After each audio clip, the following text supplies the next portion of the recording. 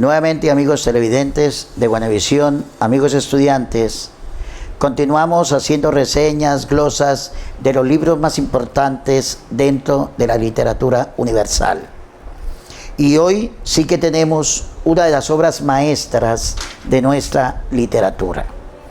Una obra clásica, por supuesto, y de Grecia, que ha sucumbido a los tiempos y hoy por hoy continúan con vigencia. Hubo un escritor muy cuestionado porque no se sabe si existió o no existió en Grecia, que se llama Homero. Otros dicen que Homero era ciego, se discute dónde nació Homero, hay como 5, 6, 7 ciudades que dicen que allí nació, entre ellas están Esmirna, Quíos, Atenas, Ítaca, Rodas, Salamina, que dicen que ahí nació, pero no hay nada históricamente comprobado. Se dice que murió en la isla de Ios. Lo cierto es que aparecieron dos obras monumentales de la epopeya universal. La epopeya narra hechos grandiosos de una nación y a él se le atribuyen las dos más grandes poemas épicos escritos, la Ilíada y la Odisea. Homero también escribió una obra como épica pero burlesca.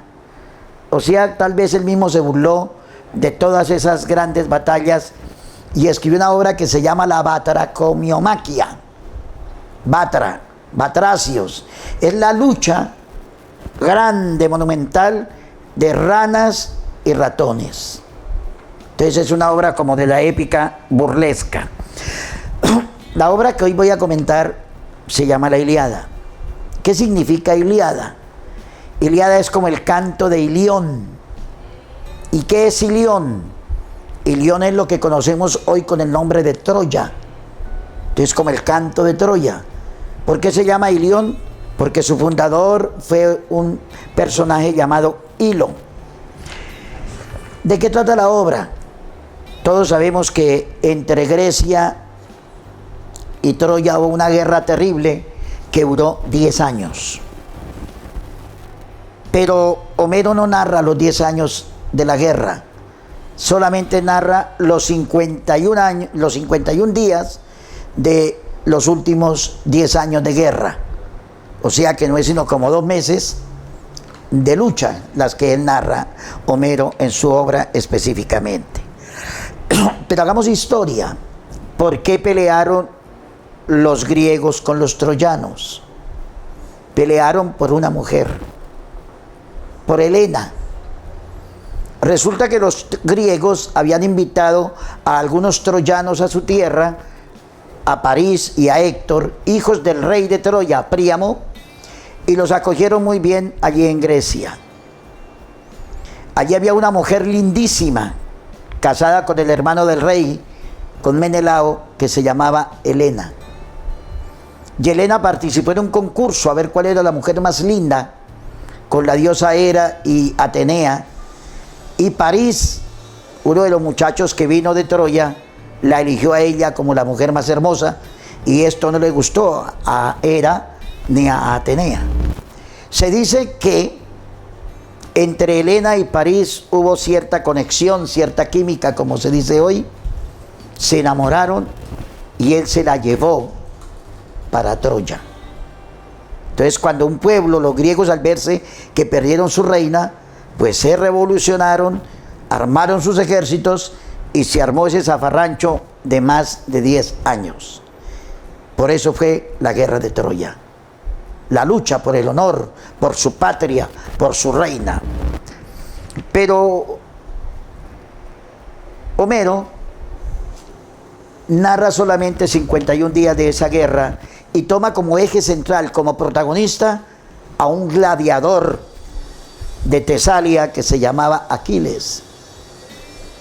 Un hombre increíble, luchador y casi que invencible. Nadie podía matar a Aquiles. ¿Por qué?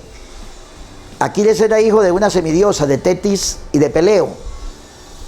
Y entonces el dios Zeus le dijo: mire, usted coja a ese niño y lo vamos a volver invulnerable, métalo a las aguas del río Estigia, creo. métalo y mójelo. Donde el niño quede mojado, queda totalmente invulnerable, nadie le va a hacer daño. La mamá, Tetis, lo lleva a las aguas del río, pero comete un error que le cuesta la vida a su hijo. ¿Y cuál es el error? Que ella no le lava todo el cuerpo, sino que lo coge de los talones, lo voltea boca abajo y lo baja al pozo, al río. De tal manera que el niño se mojó todo el cuerpo, menos en el sitio de donde lo cogió. Por eso se habla del talón de Aquiles. ¿Qué es el talón de Aquiles de una persona? Es el punto débil, porque por ahí era el único sitio por donde podían matar a Aquiles. Así le dieran tiros, lanzazos, bueno, tiros no había en el momento, así le lanzaran piedras, lanzas por la cara, por cualquier parte del cuerpo, él era invulnerable. Entonces, claro, ese es el protagonista de esta famosa batalla, con muchos más personajes. Aquiles tenía dentro de sus amigos, digamos así, a Espartaco, a Diomedes, a Patroclo, a Néstor, a Ulises, que después protagoniza la Odisea, de la que hablaremos más adelante. Y por el lado de los troyanos estaba París y Héctor, dos grandes luchadores. Estaba Agamenón, Menelao, estaba Eneas. Y entonces la lucha es una lucha terrible. Una obra épica no presenta una lucha entre un matrimonio, no.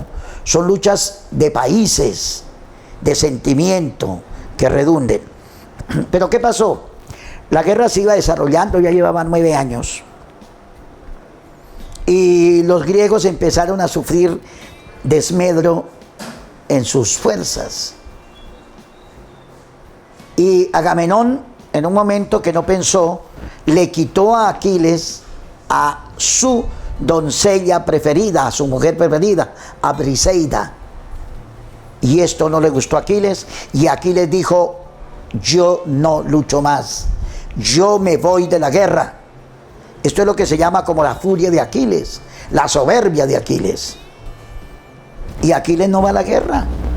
Y esto hace que los griegos pierdan ejércitos. Agamenón y Menelao le mandan emisarios: vuelva a la guerra, mire que estamos perdiendo. No, señor. Le devolvemos a Briseida, le damos caballos, le damos doncellas. No. Su mejor amigo va y le dice a Aquiles: vuelva a la guerra, estamos perdiendo. Le dice: no, mi palabra vale mucho. Le dice: pero le van a dar muchas cosas. No me importa. Dice: bueno, ya que usted no va a la guerra, ¿por qué no me presta su traje de guerra que todo el mundo conoce? Aquiles le dice: lléveselo. Y entonces Patroclo, su primo y mejor amigo, llega a la guerra. Y los troyanos creen que es Aquiles, porque él se puso todo su traje. Pero la diosa, el dios Apolo, se da cuenta que no es él. Y se va a enfrentar con Héctor, con el más duro de los troyanos. Y lo coge a traición, porque los dioses favorecían y desfavorecían a unos y otros. Apolo le manda un garrotazo por la espalda a Patroclo y lo hace caer. Y al caer se le cae el casco. Y Héctor se da cuenta que no es Aquiles. Y sin compasión le mete la espada por el vientre. Cuando Aquiles sabe que su gran amigo murió en esa forma, vuelve a la guerra. O sea que lo que lo hace volver a la guerra es la amistad que tenía con Patroclo, y vuelve a la guerra y empiezan a ganar batallas. Se hace amigo de Agamenón y empieza a luchar. Le mata al rey de Esparta, le mata más o menos 4 hijos, porque él tenía 50 hijos. Agamenón tenía 50 hijos, hombres, 50 hijas, mujeres, y casi todos los pierde en la guerra. Los griegos querían a Helena, su reina, claro, por eso lucharon. Los troyanos al verla tan bella también la querían, pero habían dicho, esta mujer va a ser la perdición de Troya. La guerra continúa, Héctor le tiene miedo enfrentársele a Aquiles. Y una de las cosas lindísimas de la obra es la despedida entre Héctor y su esposa Andrómaca, que tenía un niño. Y ella le dice, no vayas a la guerra. Nos vas a dejar solo a ti, a mí y a mi hijo. Y dice, tengo por mi patria que luchar. Entonces la obra nos muestra la defensa de la nación, del patriotismo. Al final de la obra se enfrentan los dos grandes gladiadores, Héctor de los troyanos y Aquiles de los griegos. La pelea es feroz, terrible. Al principio Héctor le huyó, pero luego se le enfrentó. Y Aquiles lo mata atravesándose una lanza por la garganta que le sale por la nuca.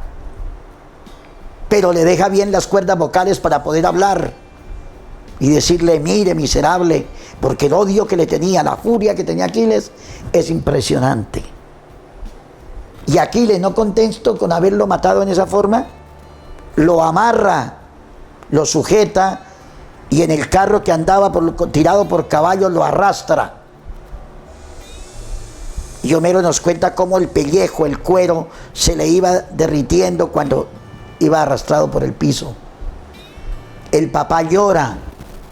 Príamo y Hécuba, su mujer, van y le dicen, por Dios, devuélvanos el cadáver de nuestro hijo. No le haga más daño, ya perdimos la guerra. Y Aquiles, en un acto de magnanimidad,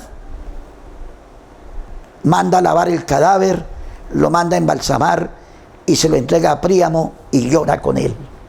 Es decir, ahí se ve, perdió su furia. La obra termina con los funerales de Patroclo, su primo y amigo que había sido muerto por Héctor. Y lo meten a la pira y lo queman. Recuerden que los griegos a los cadáveres los quemaban. Y le hacen un homenaje que es deportivo. Hay carreras, lanzamiento de pesas, hay lanzamiento de jabalina en honor a Patroclo. Y los troyanos le hacen el entierro como homenaje a Héctor. Hasta ahí la Ilíada. ¿Qué pasa con Helena? Helena continúa en Troya, se casan, se casa. París, ¿quién es París? El hermano de Héctor que se llevó a Helena raptada o enamorado de ella.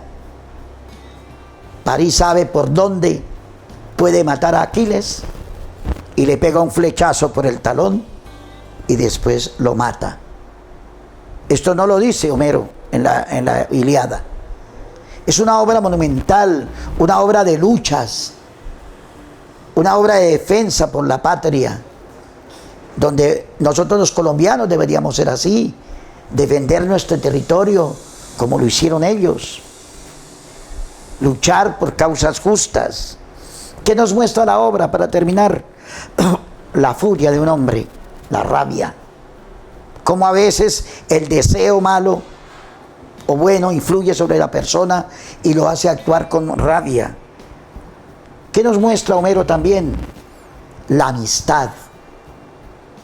Noten que en la obra Aquiles vuelve a la lucha por la muerte de su amigo Patroclo.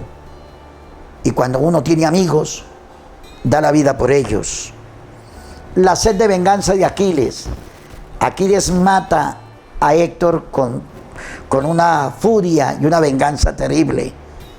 El amor en el matrimonio, el amor que sentía Héctor por su esposa Andrómaca y su hijo, pero pudo más la guerra en él.